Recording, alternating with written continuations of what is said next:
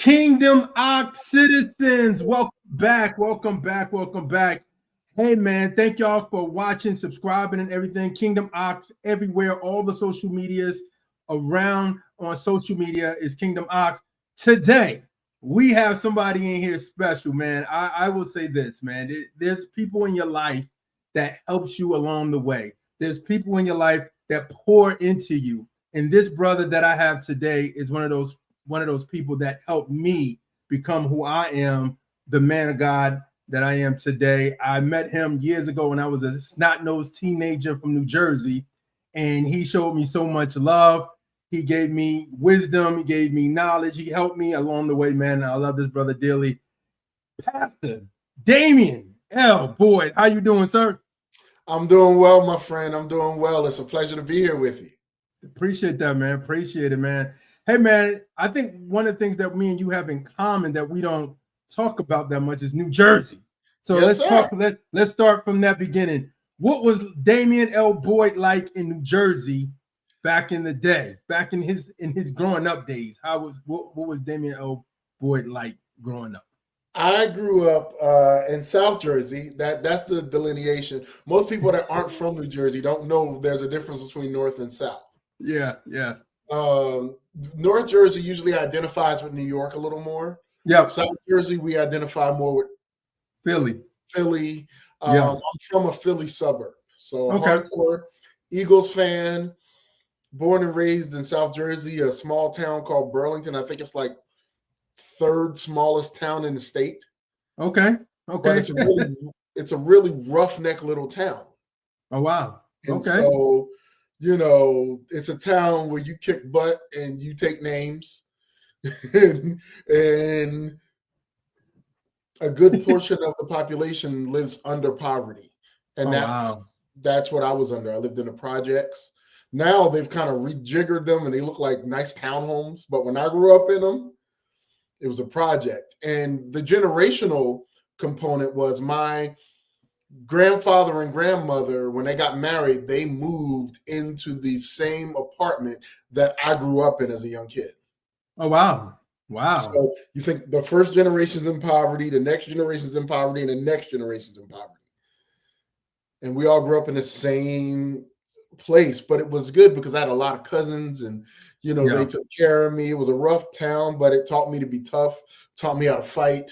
I was rough, man. I was getting locked up as a juvenile delinquent. I was, I think one bad decision away, or more, not one bad decision, one opportunity of getting caught, because I made more bad decisions from getting put in Rawway. Oh wow! Rawway was the Scare straight didn't scare you away from Rawway. No, man, I was right on the brink, because Rawway had that youth detention center. Yeah, and they literally took us there for scared straight, but they took us to the kids. So I was like, I ain't scared of y'all. But that was my upbringing, man. I didn't have a pristine, clean scenario. I'd come home and the lights would be off in the house. We had roaches all over the place. My mom was on welfare, so we were like, at the end of the month when the check was getting thin, you might not eat. So we were in, it was pretty rough, but I wouldn't trade it for anything, man. It made me who I am. Dope, man. Dope. Was growing up that way, did you always have a idea of like, man, like, God, where are you? Did you believe in God? Was the church there for you and your family, or was it just like, we're on our own out here? Okay, here's the thing. I had a God understanding, but it was a very flawed God understanding. Yeah. God was the one that I need if I'm going to go to heaven. Okay. But he wasn't necessarily the one I needed every day. We would go to church when my mom would repent and go back, and because life was hard, so she'd run back to church, and we'd be in church for a month, and then we go back to our business. So we had a church experience, but it was real bad. My brother and sister, who has a different dad, they had a different church. They had a better church experience because their grandmother was godly and kind of took care of them. But my mom, every time she'd feel guilty enough, go repent, we'd be in church for a month. So I'd got baptized. I was trying to preach to people as a kid. Oh, you need to know. And, Jesus is coming back. I thought they said he was coming back for the church. I thought literally the churches were going to go up in the air. Wow. The building. Nobody ever explained this stuff to me. Yeah. So it turned out, I knew about God, but I wasn't a believer. It wasn't until I was about 12 years old that Craig Harrison became a mentor for me. Okay. And he was a godly guy, and I was around him, and something in me shifted. I don't know at what level, at what degree. I think God was just bringing me closer to himself. Yeah. I may have actually crossed the line of faith. That's what I think, but it wasn't in any significant way where I remained. Yeah. And it wasn't until I was 16 that I full on surrendered, gave it over and everything. But at about 11, I had my first sexual experience, and I spent all of my days trying to find another one. That was awesome. Let's go find some. So I spent a lot of my time just running the streets. I would be gone from sun up to sundown. My mom wouldn't, more than sundown. She wouldn't know I was home until I got home. I did what I did, what I wanted to do. I was basically feral. And I lived my own life and did my own thing. And as long as I could find some food or somebody to be there for me from time to time, I felt like I was okay. I didn't know I needed a savior until at 16, one of my friends died in a car accident. Wow. And I was supposed to be with him that night. One of my best friends and my cousin all went out to party at Glassboro State. It's now Rowan. Okay. In New Jersey. And they all went out to party after a basketball game. And I was like, I'm going. It's the first time I can remember when I was in my teen years that my mom ever told me no. Wow. And she said no, and I didn't go. The crazier thing is that not that she told me no, but that I actually listened. And they came back in the middle of the night. My cousin was keeping the driver Sean awake, just like, hey, wake up, because it's falling asleep. They've been partying all night. We went to see basketball. They had gone out. So when they finally got back, Sean got showered, cleaned, went to work the next morning, never made it.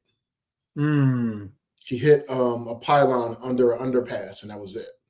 Man. So I realized in that moment, I'm not going to live forever. And somebody gave an invitation, and I was jumping on it. Wow. I was jumping on it. By that summer, I started my theological training, LTS. Wow. That you went to. Yeah. Yeah, I did. I was a student when you were there. I was one of the instructors. But I went through that my first summer. By that, I started a Bible club in my high school. By that winter, God had called me to ministry.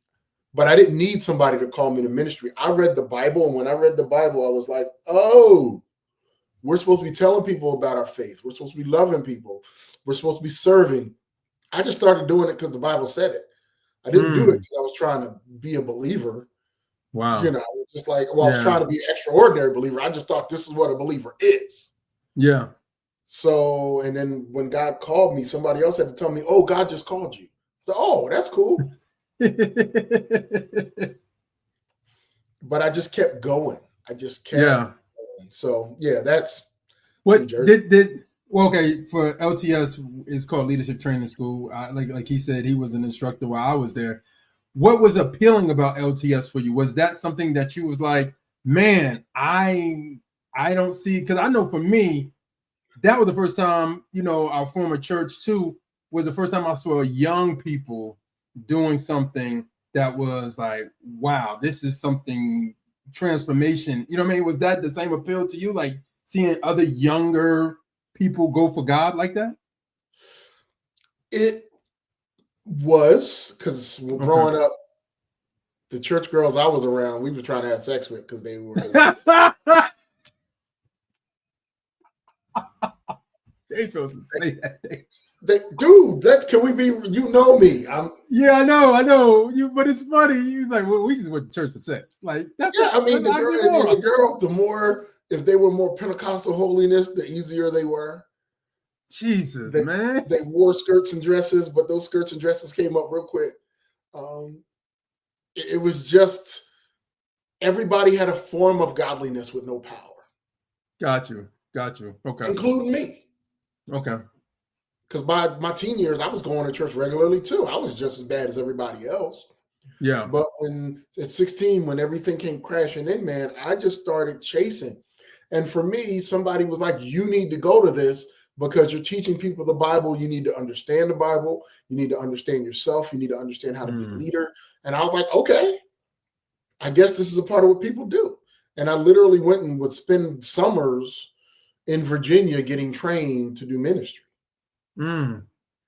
But it was like breathing. It was like, this is what I'm supposed to do. For me, I did it for 4 years. Turns out it was like going to Bible college or going to seminary. Wow. I had great instruction. I'm still in contact with one of the professors that was there. He's one of the most known theologians out, Craig Keener. He was teaching us every summer. It gave me a biblical basis so that I wasn't just talking out of my head when I talk about the Bible. Got you. And then that's something that you feel like that's very important to people, of like knowing the word of God so you can explain it. Do you feel like you needed that to explain the word? Because so many people is like, I mean, we come up from an era where everybody was going to seminary. Everybody was going to seminary. To now, I feel like more people are like learning it like small groups or learning the Bible, getting with somebody, a mentor. Like, do you feel like that was so needed for you? There's two camps. Biblically, there's two camps. You have the one camp where Elijah had a school for prophets. Yeah. So school is a good thing. Many of the Pharisees were taught theology from kind of like schools of thought, Probably wasn't as formal, but it was like not what we know of school, but it was still called like training, like official school. The other side was what Jesus took his disciples through, which was discipleship, where you got a chance to practice it and use it and learn it. So now you hear a lot of people going, you don't got to go to seminary. And I'm saying maybe you should, maybe you shouldn't. I'm not an absolute seminary. No. Yeah. My issue is if you go to, let's say, Dallas Theological, by the time you graduate, and I like Dallas. Dallas is a phenomenal school, but it costs so much. One of my former students went there. It costs so much that you have to get a job at a mega church to be able to pay off the loan. Jeez. And ministry doesn't pay like that. Yeah. You're going to owe $100,000 and only make $60,000. Yeah. And that's if you're getting paid well. Yeah. So the crazy thing is, man, too often we send people to seminary, but we don't think about the backside of it. You'll never really be able to do ministry because you'll be so busy trying to pay it off that it's going to be a challenge. So some people, to make up that difference, they become bivo or co-vocational, where you got to do something else and ministry. I did that for 10 years.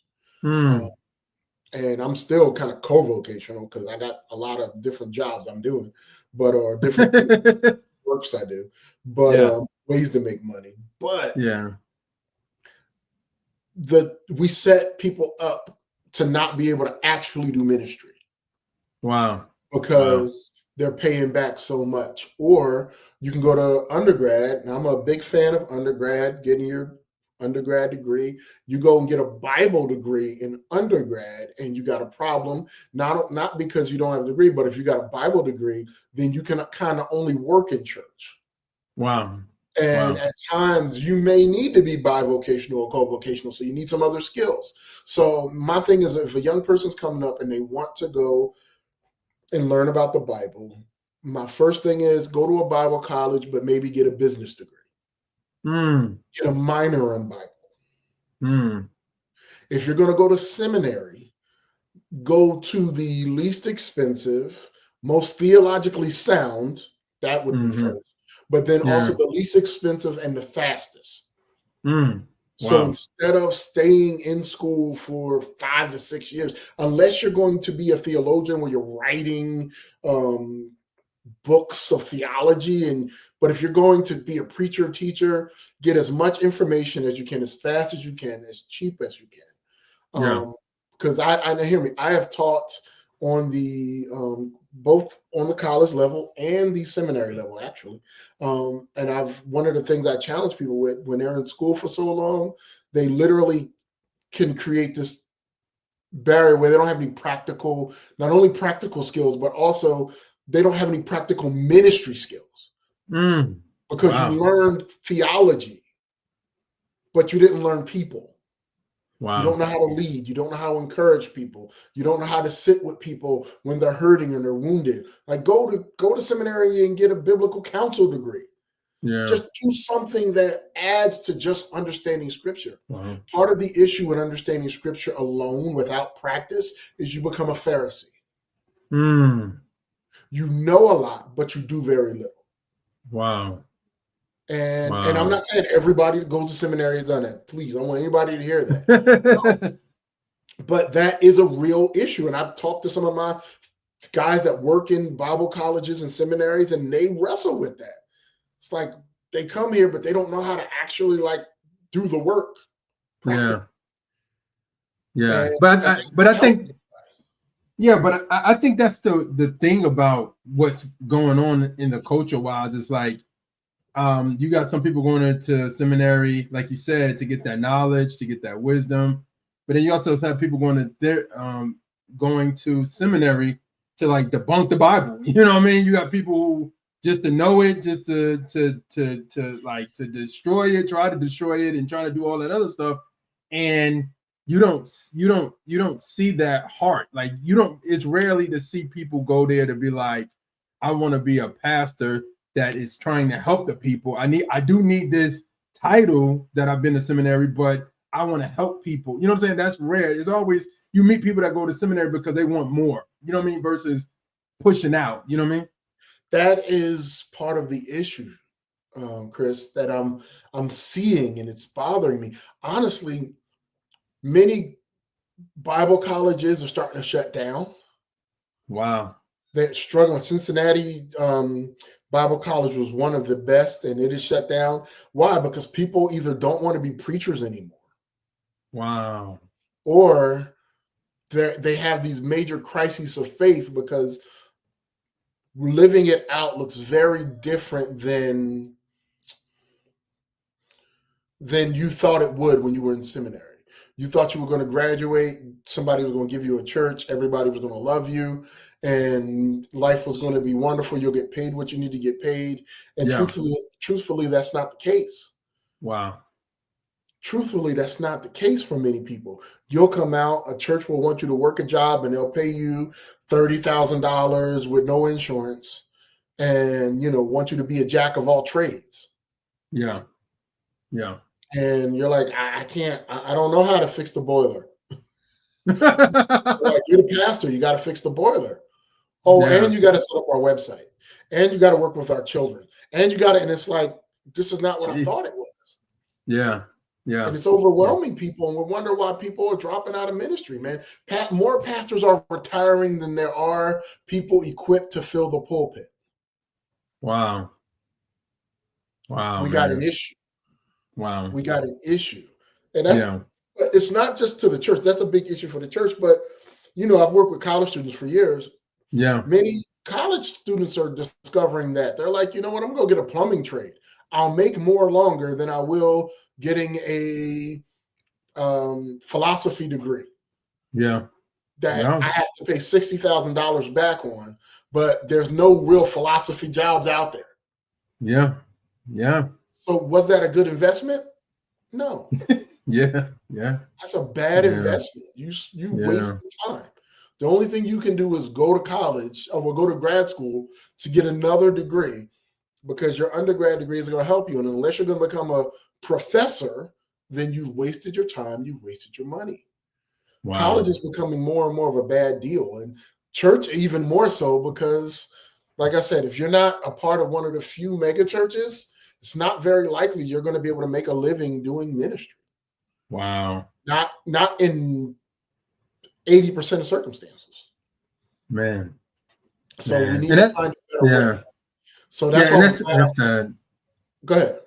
No, I'm sorry. I was saying that's sad to hear, man, that people don't want to become in the ministry. But I think in the reality of things, it's like, will your faith get trust, like asking God to trust the Lord in these areas, because you want to be what He's called you to be. You know what I mean? Like, you really want to be a pastor, or you really want to serve in your local church. But if people are looking at the church like, I can't make money there, it is a double-edged sword, because in the right place, in your right of heart, you're right. Like, you want to sustain a lifestyle to, not a lifestyle, but you want to sustain a career that God has called you to. But at the same time, it's like, some people may say, yo, you're supposed to do it because you love the Lord. And it's like, yeah, I love the Lord, but at the same time, it's like, I definitely want Him to take care of me. Yeah. Yeah. At some point, I'm going to retire. And here's another thing, Sean, Chris. This is just why I'm digging. Another issue is, when you go to retire, churches are opted out of Social Security. So you spend your whole life working, and you're not even going to be able to collect Social Security when you retire. Wow. Wow, that's crazy. And they're not paying you enough to put money aside. So either you can't give ministry your full attention, meaning you're Bivo or Kobo, or you go to one of the few mega churches and work on their staff, so maybe they'll pay you well enough to put money aside. And I mean, it's the whole system that's messed up, because the people need to be generous so that you can get paid what you need to get paid. Yeah. And I'm not saying that ministry is not worth it. Please don't hear that. I'm not saying it's not worth it. I'm just saying these are very real barriers. Yeah. Yeah. I worked 10 years in television. Yeah. Before I ever jumped into ministry. And I'm so, as much as I didn't want to continue that, I'm so glad I did, because at least now I know I have Social Security. I'm opted into Social Security because I did that. Yeah. Yeah. But I'm still hustling. I'm writing books. I travel. I speak. I've spoken on some of the biggest stages in the country. I've spoken around the world. But I'm known. People pay me good money to come and share from my wealth of experience and ministry understanding. But bruh, it is hard out here. It's not easy. It is not simple. You better know you're called. Wow. You better know you're called. Wow. Because it will cost you so much. And here's the thing that most people don't realize. When we look at Scripture, so many people in Scripture struggled more than we want to say. Yeah. Yeah. There was a young lady, beautiful young woman, a believer, and she encourages people online to follow Jesus. And she's sitting there and she's talking about her faith and this, that, and the other. But man, all I'm thinking is, please go get some theological training. Because you don't understand half of what you think you know. Yeah. You don't get it. And I'm afraid that she's either going to get shipwrecked when things get tough. Yeah. Or somebody that is more knowledgeable than she is going to rip her apart. Wow. But it's like, no, you need to learn. So that's what I'm saying. It's a tough thing. So you can be in a discipleship culture in a church where they're teaching you theologically, or you can go to Bible college or seminary, go get a certificate in ministry. Just so you can understand the basics of the Bible. You can take online. It's not hard. Yeah. And there's a lot of people talking out of the sides of their neck about Scripture, and they don't know how to read it. They don't know what it means. They don't understand the background to it, but yet they're considering themselves teachers teaching other people. And I'm like, oh, no. But it's a hard sell when they're like, but I got to eat. You get what I'm saying? It's just a Yeah, tension. yeah, It's yeah, real tension. So yeah, if somebody needs to know, I'm like, find a place, find a local Bible college or a local seminary where they will do Bible certificates, where you can go for just a year, get a certificate so you know the scriptures. yeah, But then also, if you can get some other tools to put under your belt, yeah. it would be Wow. highly beneficial. Yeah, Just in case, everybody thinks with anything. Think about it in hip hop. Somebody goes, I got skills. I'm gifted. I'm gonna go make $1 million. How many people do we know that have made $1 million in hip hop? We know a lot of people. yeah, yeah, Everybody thinks yeah, it's going to be best case scenario. yeah, That's not true. yeah, Sometimes it's going to be ebbs and flows. yeah. And you can't look at the best out there. You got to be prepared for the worst. So Wow. I say both and is ultimately what I'm saying. Both and. Got you. Yes. Got you. Get biblical training. Yes. Get a tool. Get as much training as you can afford. Don't overdo it or you're going to hurt yourself in the back end. It is just a razor's edge that you gotta follow. Got you. Do you going back in a little bit in your story where you talked about you started working with young adults?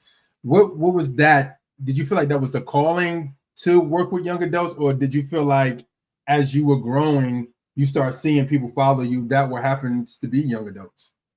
No, man, I was intentional. When I was in high school, I was reaching other high school students. Wow. I Okay. just did it.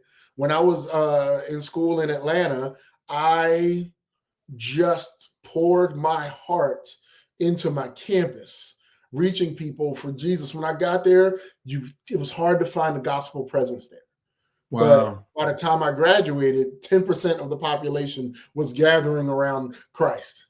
Wow. And this is not a What Christian school. This is a secular what was HBCU. that? What was the AUC hard for you when you first got there?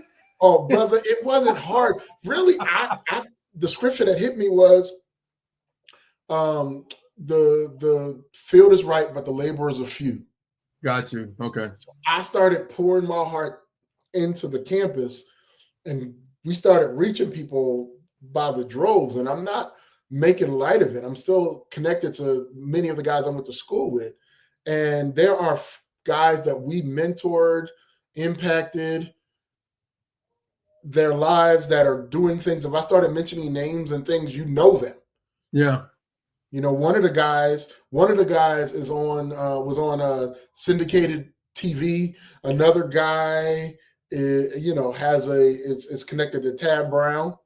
Oh wow. Right. Wow. Somebody else, he unraveled one of the cancer strains. He like decoded one of the cancer strains. I mean, I Wow. can go on. Another guy is big in music. Another guy is big in sports. Like, we just mentored people like crazy. Not all of Wow. them were Jesus followers, but we had a gospel presence. And so when I Wow. became a young adult, we were at the same church, you and they asked me to lead the college ministry, and I was like, okay. I looked around at all the college students that were impacted by what we were doing on campus. Yeah. Many of them started going to church, and I just pulled many of those students together, and we started doing ministry. We were doing discipleship. We created before Reach Records, before I forget the one out in California. That was, P4CM. yeah, Yeah. before Before we were them. before all of them. Yeah. Yeah. We We were. started the whole Christian hip hop / spoken word thing. There was Christian what were the guys that were Eddie Velez and those cats? Oh, holy hip hop. Yeah. Holy hip hop was before us. Yeah. Yeah. Yeah. But that merger of spoken word and hip hop, we started it. Yeah. Like, we Yeah. were it. That Yeah. combination. And by the time I finally wrapped up, we had 900 unbelievers coming to hear the gospel via Yeah. hip hop or spoken word. So I Yeah. just poured into young people because they were what was around me, and it was a mission field, and it created something that nobody else had. And Yeah. I believe, if we wouldn't have been interfered with, by church leaders that didn't fully understand what we were doing, Yeah. we probably would have been Reach Records before Reach Records. Yeah. Do you feel like it was that much talent in the room? Oh yeah, it was. It was. When did you have did anybody come to you with the idea for Destinations, or was Destinations an idea that you like, you know what I mean? Because in that sense, I remember I remember hearing about it while I was in college in 01. Y'all was thinking about something around there. And honestly, that's even before Deaf Poet Society. Like, you know what I mean? So what was the idea behind Destinations? I went to school with some of the Deaf Poets cats. Oh, wow. I knew what was happening, but we had some young ladies, including your wife, in the ministry that had a really good spoken word gift. Yeah. Yeah. We didn't have many hip hop heads at the time. Yeah. It was spoken word. So we started this coffee house spoken word thing. And at first, nobody really showed up. Because it was too, we were trying to be too mature. Yeah. We were trying to be too cool. Yeah. When the truth was, we tried that a few times, it didn't work. And then one of the young ladies, Amina, said, so-and-so's a hip hop artist. And what if we did more hip hop? And we did more. And it was like, all right, let's try it. Yeah. We tried it, man. And it started. I remember we were in this room that fit maybe 80 people. Yeah. Yeah. And we were like at 20, and it wasn't working. And then we put hip hop in it and we went to like 50. And then it was like, okay, the room's full. So like the church had an issue because they didn't really acknowledge us, but we had to go over to the big area. Yeah. And we just kept going. And dude, before I don't know if you know this, before I left, because I eventually left, God was calling me to do something else, and that system had gotten really sick. But before we left, when the numbers were pulled, the vast majority of people that had come to that church were young people. Yeah. And we were the draw. So we were the draw to a church that had become the third or fourth fastest growing church in America. Yeah. And we weren't given the credit. Yeah. But the numbers poured out. Like young adults from 18 to 25 it was what was exploding the church. And it's because of what we were doing. But that's the thing, Chris. Sometimes should I be calling you DJ Jeremiah? You should. Okay. I'm sorry. Chris, when you know somebody since they were teenagers, you call them what you call them. But I'll try to do better. No, that's right. Go ahead. But you don't know what's going to hit. And everybody's like, well, I had this great vision. Dude, I had no idea what was going to hit. We were just trying to reach people. Yeah. And God dropped the idea on us. I think that's the case more often than not. So many of us like, I got a vision. This is going to happen this way. Man, you got an idea. Yeah. You have an in-game dream that God may have given you. But how that dream happens may not be the way you think. Think of Joseph. Joseph got a dream that all his whole family was going to bow. What they don't tell you is his dream didn't fully come to pass. Wow. You know why? Because his mom was one of the people that had bowed in his dream. And his mom was dead by the time he had become who he became. Wow. I didn't think about that. Wow. So that's the dream that he had didn't bear out the way he thought it would. Yeah.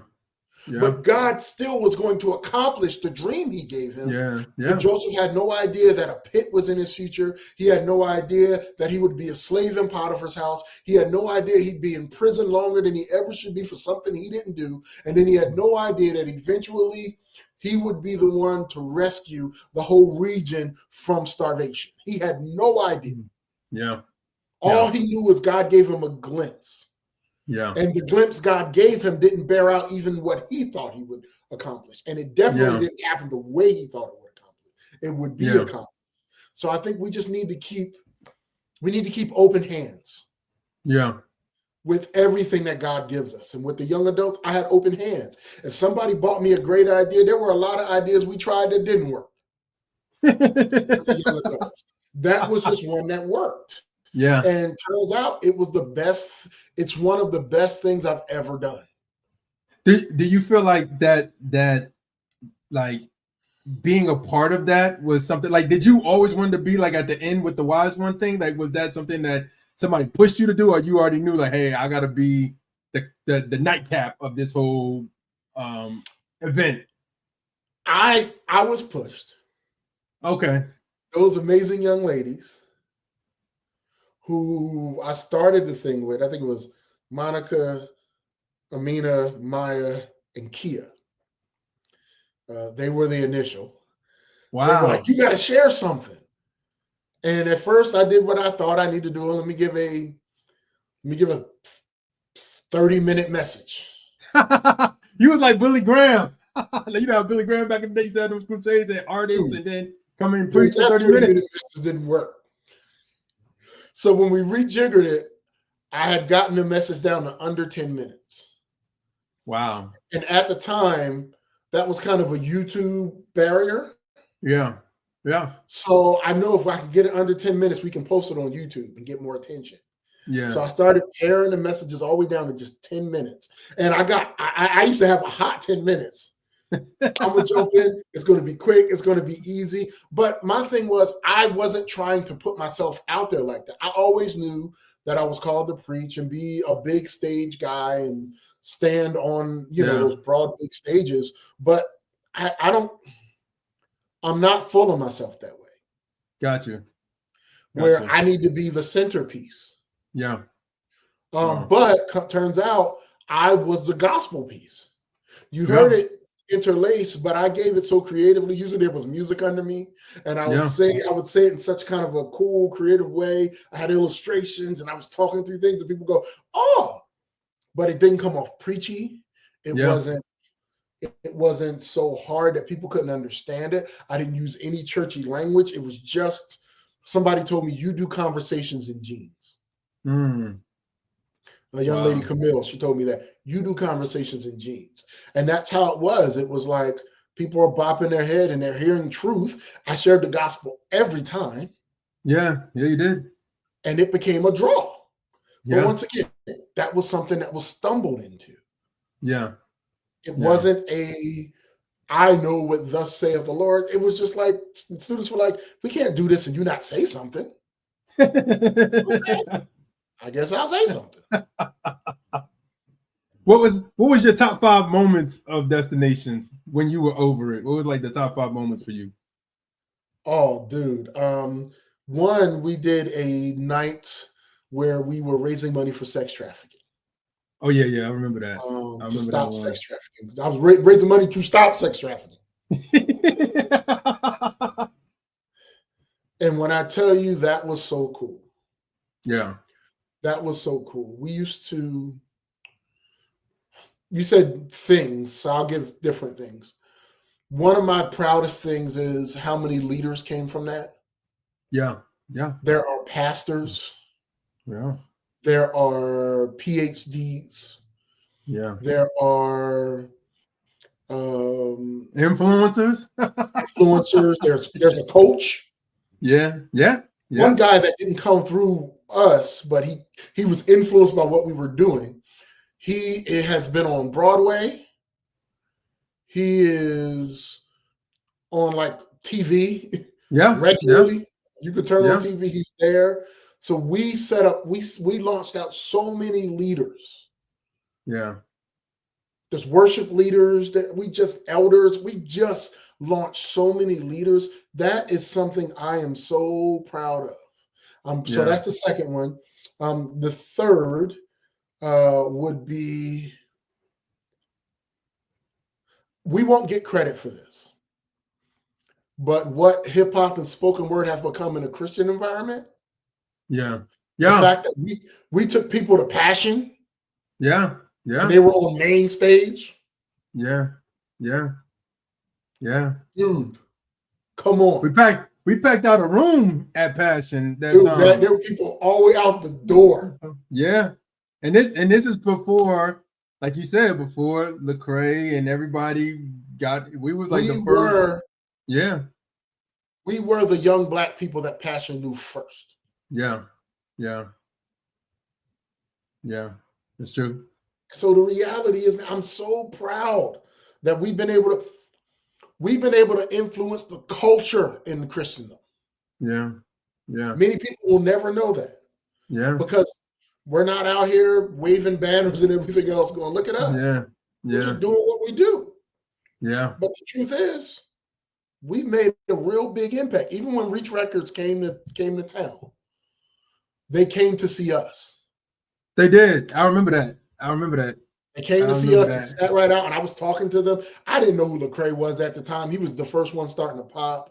The Yeah. Hottie Lewis show, Baraka was there. Show became a part of it. But I'm just connecting with these cats. I Yeah. think Leonce Trump was out there.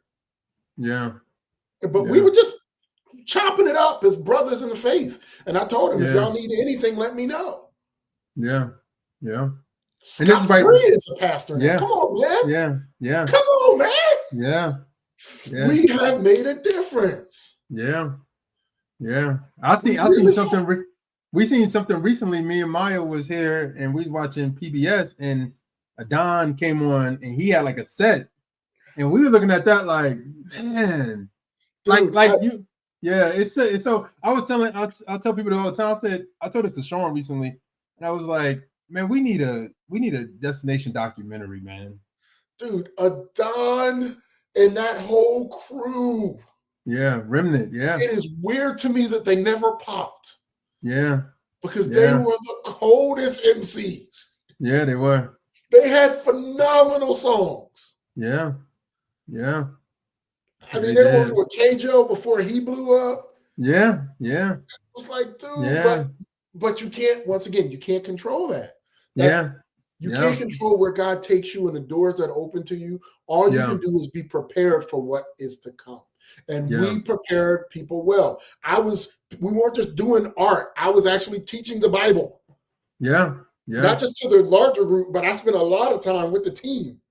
Yeah. And I was shepherding. I was correcting. I was adjusting. I was loving. You know what I mean? We did the whole deal. Like, if we were to have been allowed, I would have taken that whole thing and created a church. Yeah. And it would have been the coolest church ever. Yeah. But that wasn't in my control. Yeah. Yeah. But if we would have been allowed to plant that, I think we would be probably the most influential Black church in the country right now. Yeah. But God had other plans, and at least for me, I'm glad He didn't do that because my ego would have probably gone over the edge. Yeah. But just me knowing my own brokenness. Yeah. What do you see? Like, what is we always had that conversation of like, what if about destinations? And I guess the question is now, like, if it was going on today, what does destination look like today? Because spoken word isn't as popular as it was back then. So what would a destination look like today, in your opinion? It would probably be a combination of soul and hip hop. Okay. Now that everybody is old in their 40s and whatnot, the young folks that were around us are in their 30s. Yeah. So, we ain't kids no more. But something like that now would probably be a TikTok-ish hip hop dance weirdness. I think we were in what was referred to spiritually as a Kairos moment. Yeah. We caught the wind of something God was doing right then. And we were exactly who we needed to be at that exact moment. But I think that if I would have blown up then, I would have become one of the preachers y'all talk about on the Track Stars show. Because I didn't yet have the wisdom to go with my intellect and my understanding. Got you. And I would have made creative but assumptive jumps that wouldn't have been biblical. Got you. So I have a lot of grace for guys like that because it's like I would have been you. Got you. Because at that moment, cool weighed more than cool that sounds true, weighed more than true that's just true. Got you. Gotcha. Okay. Do you feel like going from being a youth, not youth, but going from a young adult pastor to actually pastoring, kind of going back to where your stomping grounds was in the AUC area? How did that feel, like that transition and like starting a ministry in that area again, honestly? It felt like going home. Oh, wow. It felt like going home. I love that church. Our church never got over 100 people, but we Mm, were mentioned in a Christian magazine. wow. We were doing like thousands of hours of community service. Wow. Thousands of hours. Wow. Um, and we were running circles around churches 10 times our size. Wow. Wow. And bigger with what we were doing for the community. Yeah. But once again, what we discovered was, instead of me going down there and going, let me create what we did before here. Yeah. No, you're in the wrong moment. Yeah. What I felt like, okay, God, what does this community need? Yeah. Here's how you see it. This is how you triangulate your impact. You have the vision that God gives you. Yeah. That makes sense? Yeah. Yeah. Think of a triangle. Yeah. You have the vision that God gives you. And God's vision has holes in it. Wow. Wow. He doesn't give you he gives you what he gave Joseph, a glimpse. Oh, yeah. Yeah. Yeah. He gives Yeah, Abraham, go that way, I'm going to make you the father of many nations. Yeah. Could you Yeah. be more specific, God? Is it going to be my lineage or is it your It's like, faith? You know what I mean? Yeah. he just goes, this is just a snippet. Go. Yeah. Yeah. So you get the vision, but it usually has holes. Yeah. The holes are so they can be filled in over time. Yeah. Yeah. The holes are so you can learn and go, this is needed. Yeah. Yeah. So the holes are important, because some people go, no, God gives, no. God doesn't often give us the whole picture. Yeah. Because if we had the whole picture, we would not have to trust him. Wow. Wow. We wouldn't be dependent. Wow. That's good. And instead of being in the moment, we're just waiting for the big thing to come. Well, guess what? God doesn't play by our rules. Neither is his plans our plans, or his thoughts our thoughts. Yeah. So he gives us just enough to go follow. Because then that's where faith comes in. Yeah. And then, okay, let's over here. You look at who you are. Yeah. Well, the people with you. I started Destinations with a bunch of spoken word artists. Yeah. Who are you? As we grew, we got more hip hop heads. Who are you? We're in this part of the city. We have this type of resources. Who are you? What do you bring? What's your expertise? What do you know? What's going on around you? What do you have in your pocket? Are you like David? You need 5 smooth stones. Yeah. Take out Goliath and his brothers. What do you need? Who are you? David couldn't wear Saul's armor because he didn't have Saul's experience or know-how. Yeah. Yeah. But he knew, as a slinger, because that's what they were. Yeah. As a slinger, I'm deadly accurate. I'm going to do what I know. Yeah. Got to do what you know. And then as he grew, you know what we don't hear from David anymore? That he hit anybody else with a sling. Why? Because he developed some other skills. Yeah. Yeah. So he could do some other stuff. Yeah. And then you have this side, which is who are they? The audience you want to reach, the people you want to touch, the people you want to impact. The AUC was college students. There was a very poor community out there. The poor community never really trusted the college students because the college students never really went into their own community. So I thought, let's take college students into their community. Okay, well, instead of just showing up and asking people to come to church, what if we show up and we serve? Service is a verb. It's what you do. It's not what you attend on Sunday. Got you. Yeah. So we started looking at all of that, who they are, and the poverty and the needs. And there was a food desert. So we started feeding people at every worship time we had. We fed people. Yeah. But that's all because we knew who they were. So you got God's vision.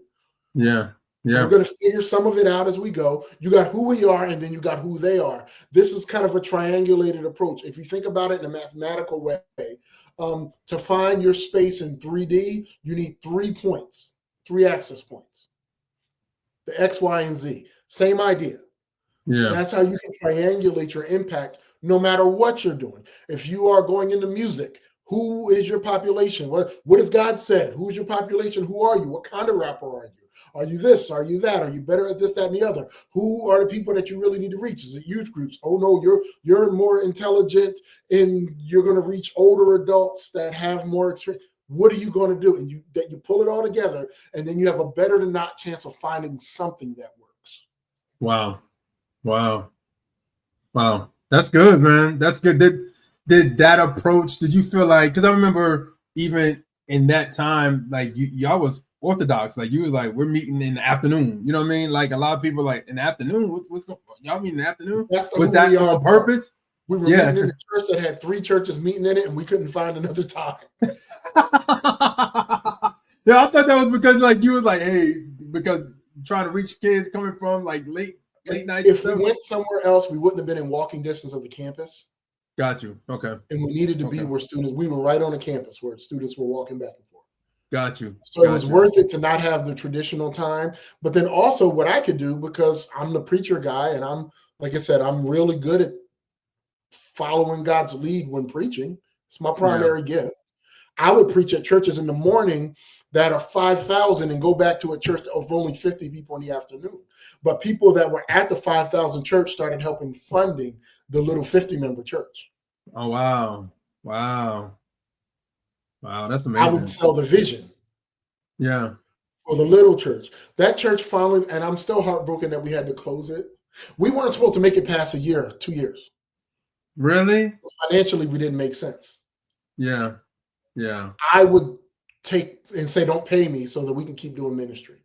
Wow. Did you feel like that's something that, like, as a pastor, any mistakes that you feel like you've made with, like, as you look back, like, I would have changed this, like, is anything that you would have changed, or would you have been, I think we would have been something very different had we changed it. And we didn't need to be different. We needed to be that. Got you. So people said, then why did it end? Because it was time for it to end. Yeah. Honestly, COVID killed it. Wow. And this is how it worked. This is why you got to follow God. I didn't, God was saying, shut it down. I didn't know why. Yeah. I knew we were struggling financially. I was having the hardest time, but I felt like God spoke.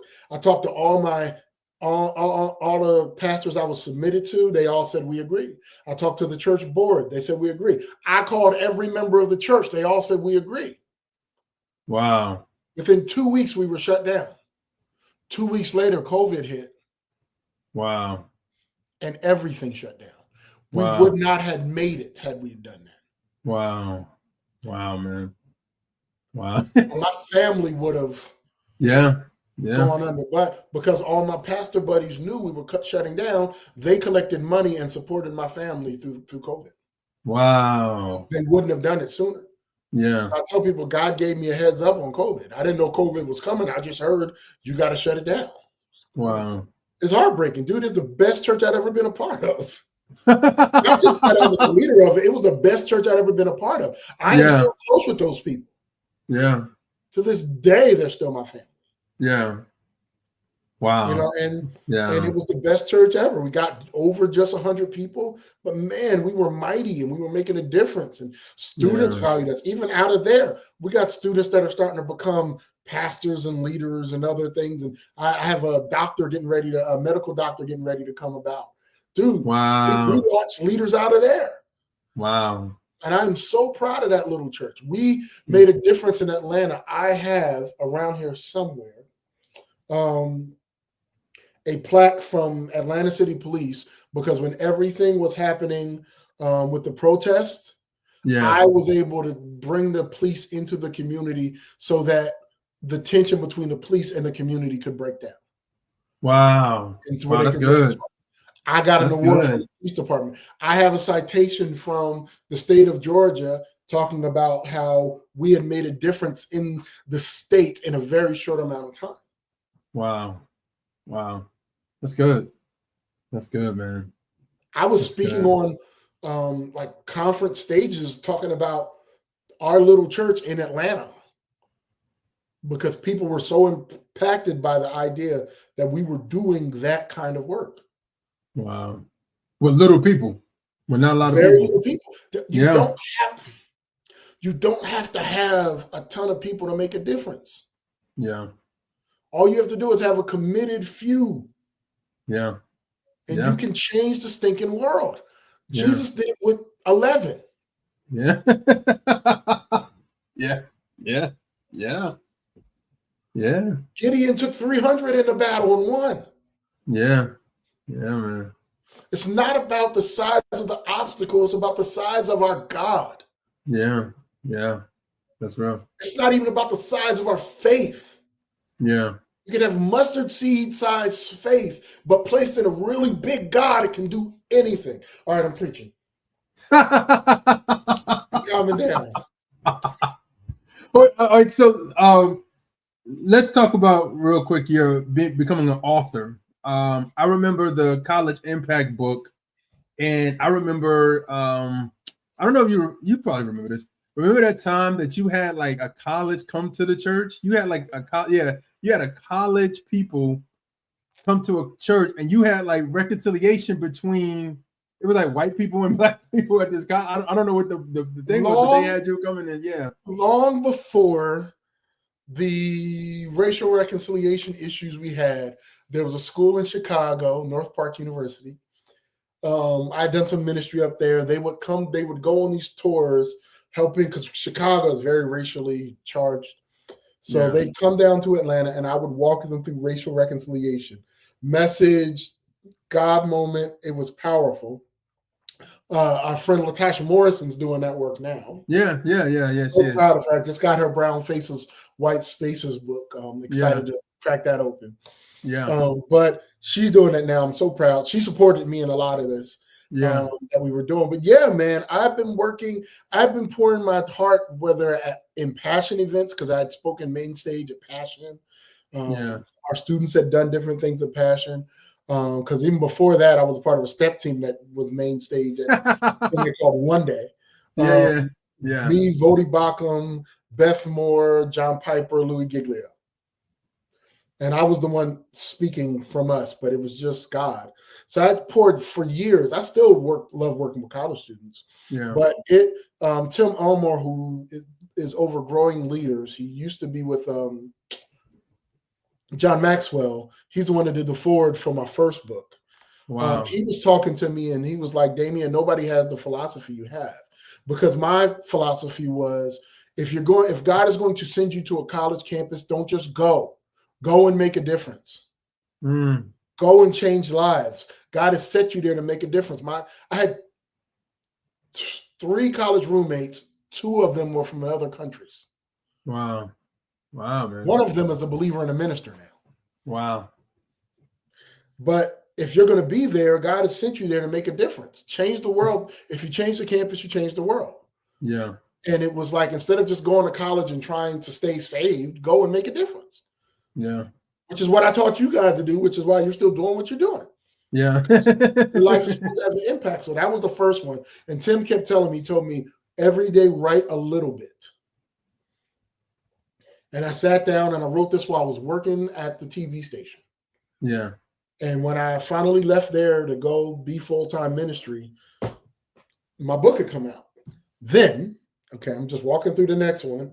Okay. It took me about 10 years and I didn't write anything. I was just doing ministry. And eventually something else started to bubble in me. Another thing that started to bubble was the idea that so many people were only worshiping on Sunday. Wow. Worship is bigger than just singing praises to God. Yeah. Worship is bigger than Sunday. Yeah. When we break worship into only that, we miss God. Yeah. But God gives you moments every day to worship. And don't get me wrong, I love the assembly. I'm a pastor. I love the assembly of called out ones, the church, the ecclesia. But I don't wait till Sunday to worship. I am in a worship moment now because I'm talking to you. Where 2 or 3 are gathered in my name. Yeah. I'm here in the midst. And so I wrote my second book, In Search of Beautiful. Okay. Finding glimpses of God's glory all around you. And I dedicated it to my son. Okay. Who has special needs, and I actually talk about him in the book. Wow. And I walk through how worship, there's moments all around. Can I tell you one story? Go ahead. That's in the book. It's actually in the book, and you can find it on Amazon or my website. I will talk about that too. But you can find all my books on my website or Amazon, or a combination of both. Yeah. But this one I was in the Caribbean on a cruise, and I wanted to ride a jet ski. DJ Jeremiah, I don't know if you know. Jet skis are good fun. Yeah. I go get on this jet ski, and they were about to not let us ride. Wow. Because the winds were too high. Yeah. Literally the winds for 5 minutes dipped below the threshold, and the guy said, "Let's go." Man, I was on that jet ski. I was 10 miles over the limit of the jet ski. The jet ski only went this fast, but I was going this fast. Man, I heard this little girl squeal in the middle of the ocean, and I realized it was me. Oh, wait. I was squealing like a little baby girl. And I spontaneously started quoting the scripture, He came that you might have life and have it more abundantly. Yeah. I was worshiping God, quoting scripture on a jet ski in the middle of the Caribbean. Yeah. This is not a place we consider a worshipful place. Yeah. But as a son of God, I was doing what I was created to do in the middle of his creation, which the Bible says all of it give praise to him. I was just in alignment with everything else going on. Wow. That's amazing. And there wasn't a worship song being played. Wow. There were fish. Yeah. Water, birds. There wasn't, I could see the person closest to me, and they were almost out of eye shot. And the person behind me was far away. It was just me and God in the middle of the ocean. Wow. But too often, that is not the image we get when we think about worship. Yeah. We can look in the face of those created in his image and not see the God who made them. Yeah. And then we blame them for not looking like him, when really the issue is our eyes. We can't see him in them. That's not their issue, that's ours. Yeah.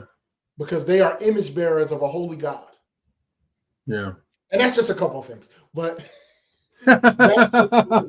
this book is about finding God's beauty in creation, finding it in the image of others. And then ultimately it ends with the cross. It ends with the cross. So I wrote that one, and I wrote this one this took me about 6 months to write. Wow. I have another one that's back there. I just don't want to turn my back on you. You do graphics and editing, right? I think so. Okay. You can get it. You can get it. Go grab it. Are you sure? Yeah. As long as you're in a room with it, it's fine.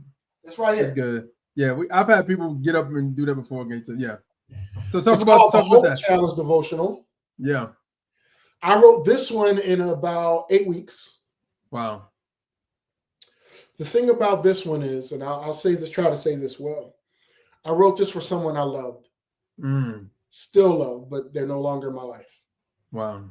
They were going through a horrible depression. Yeah. And I started writing an email every day to encourage them. Wow. And just doing all I could to love on them. I didn't know it was going to turn into a book. Eventually, they asked me, they said, "Are you writing this just for me?" I said, "Yeah." Wow. And at the book release is when we realized that things were worse than we thought. Yeah. And eventually things would end. Yeah.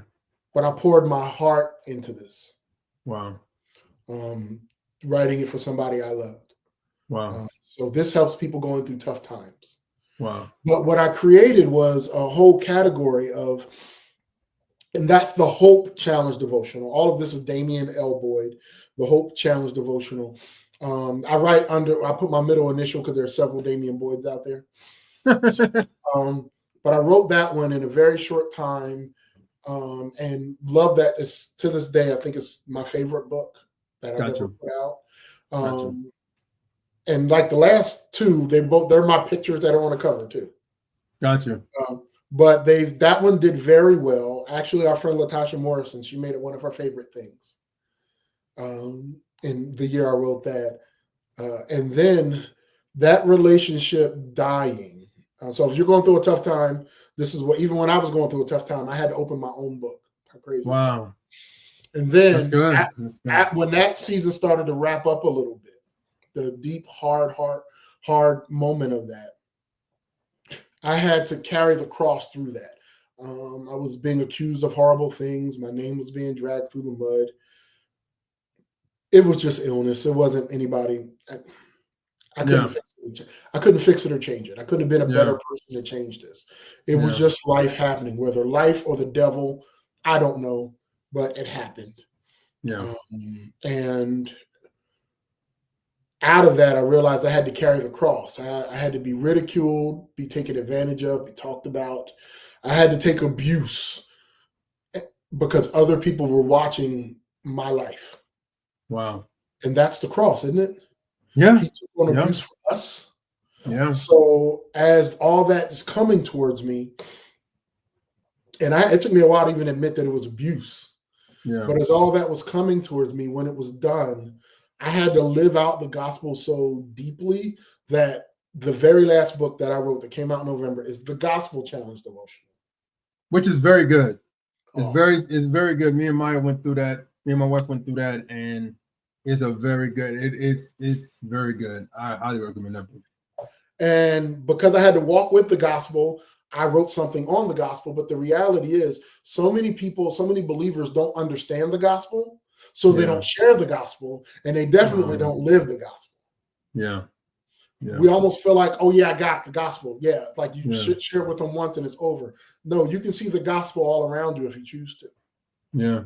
In every interaction with people you love, you have an opportunity to display the gospel. Yeah. In every opportunity you have to deal with somebody that's hard-hearted, distant, challenging, you have an opportunity to put the gospel out there. Yeah. Through your actions, through your life, you can show forth what Jesus showed on our behalf all around you. But too often we make it hard because we're so busy trying to be right, and we're so busy trying to prove that we're not wrong, rather than just sitting in that place of ridicule and abuse for God's greater glory. Gotcha. I'll give you for instance. The Psalm 23. Many people know Psalm 23. The Lord is my shepherd; I shall not want. At one point, it says, and I forget which verse it is, but it says, "He leads me in paths of righteousness for His name's sake.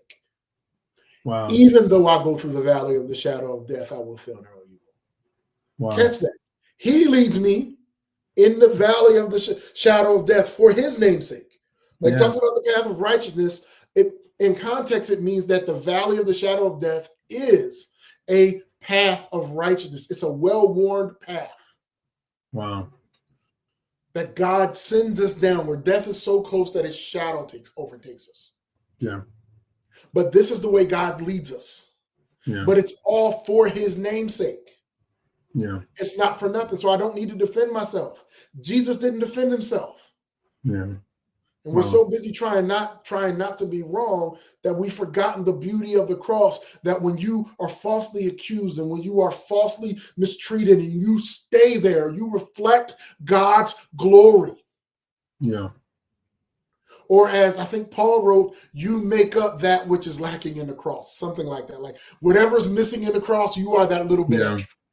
And he's not saying that the cross isn't complete. He's just saying you are doing your part to make sure the cross is all it's supposed to be in people's lives. Yeah, that's and good. So with both of these, my last two, this one I wrote in like 5 weeks. So this was 8 weeks, this was 5 weeks. Hopefully I'll write my next one in about a month. But what I realized is I am my next one won't be a devotional, but I am in the middle of a devotional series. Gotcha. You have the Hope Challenge devotional for people struggling. You have the Gospel Challenge devotional to help every believer know, understand, and use the gospel. I don't know what the next one's going to be, but I'm in a series. Yeah. I never thought I was functionally illiterate until I was in the 4th grade, but I never would have thought I would have become a writer. Now it's one of my favorite things to do. Wow. And it doesn't take you long to do it at all. Once you develop your own voice, you got it. Gotcha. Developing your voice, knowing how you sound best. There are phenomenal preachers that are terrible writers. There are phenomenal writers that are horrible preachers. Okay. You'll read somebody's book and it will break your heart. And then you'll hear them preaching. It's like, oh. I had to match my voice and my writing. Gotcha. When I did that, I knew I'd discovered something. Then Gotcha. my mom told me, she was like, it sounds like you're talking to me. Got you. Wow. And I'm doing a good job. So for me, I didn't know that part of my career would be writing, but I am on the beginning stages of writing my 5th book. Wow.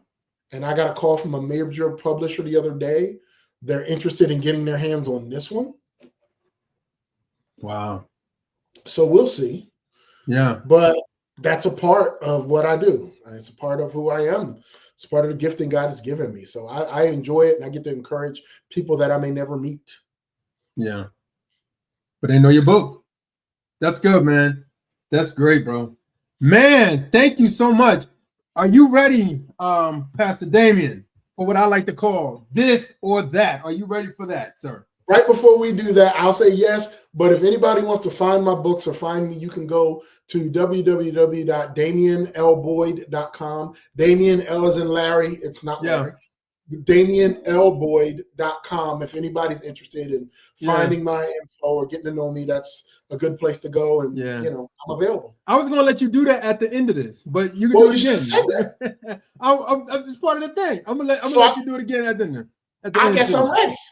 Okay, you ready? Let's go. All right, here we go. Damian L. Boyd, this or that. Here we go. Willingboro Plaza or Burlington Center Mall?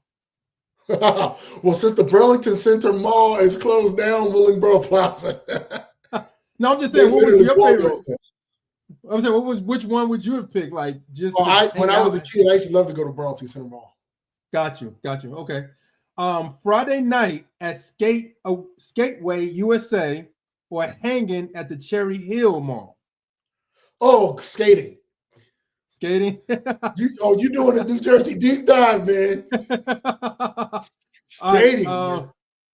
Philly cheesesteaks or Burlington's best hoagies? Philly cheesesteak. Okay. And in New Jersey, we just call them cheesesteaks. So you don't give Philly no credit for that. You don't give no credit. That's horrible. No. Your time at Gitanos. Got you. Gitanos. Okay. Your time at Burlington City High School or Clark Atlanta University? Oh man, I came into my own at Clark Atlanta. Okay, so we're going Clark. I love Burlington City High School. I'm proud to be a product of there, but Clark Atlanta is when I came into my own. Got you. Okay, you just talked about your books a few minutes ago, so I'm gonna make you choose between your first book, College Impact, or In Search of Beautiful, your second book. In Search of Beautiful. In Search of Beautiful. Okay. Destinations at Raleigh Road or Destinations at Water Place? I didn't like the church as much at Water Place. Okay. But I love Destinations more at Water Place. Okay. That makes sense? Yeah, that makes sense. The organization I wasn't so in love with. Yeah. But our team, we hit our peak there. Got you. Okay. We had two shows, one night, close to 1,000 people. Yeah. That's We were crazy. killing it. A hot spoken word piece or a hot rap song at destinations?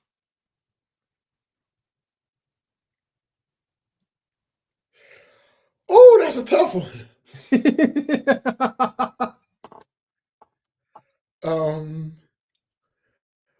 I am going to go. I'm going to do a third. I'm going to go a hot skit or play. Okay. Hey. If you know, you know. If you yeah, know, it was. Destinations plays were crazy. Yeah. That's real. I forgot about that. You good? All right. Cooking a nice dinner for your son or going to his favorite restaurant to eat? Oh, cooking. I'd rather cook. Okay. Counseling church members or engaging in community outreach? That's a toss-up. Because I love to help people when they're going through tough times. But I also love getting in the community, making a difference there. Gotcha. So that's a toss-up. Toss-up. All right. So when you got to toss up, my only request is you share the love of God with somebody that God is telling you to share the love of God with. So, and that's easy for you. So that's again. All right. My last one. I know. All right. So my last one. Are you a Christian author or an author that is Christian? I'm a Christian author. Got you. I'm a Christian author. My sister tried to get me to my next book. She's like, why don't you just not write it for? I'm like, nah, this is who I am. Yeah. I'm a Christian author. Being a Christian is who I am, and not like a Jesus follower. I'd say even better. Yeah.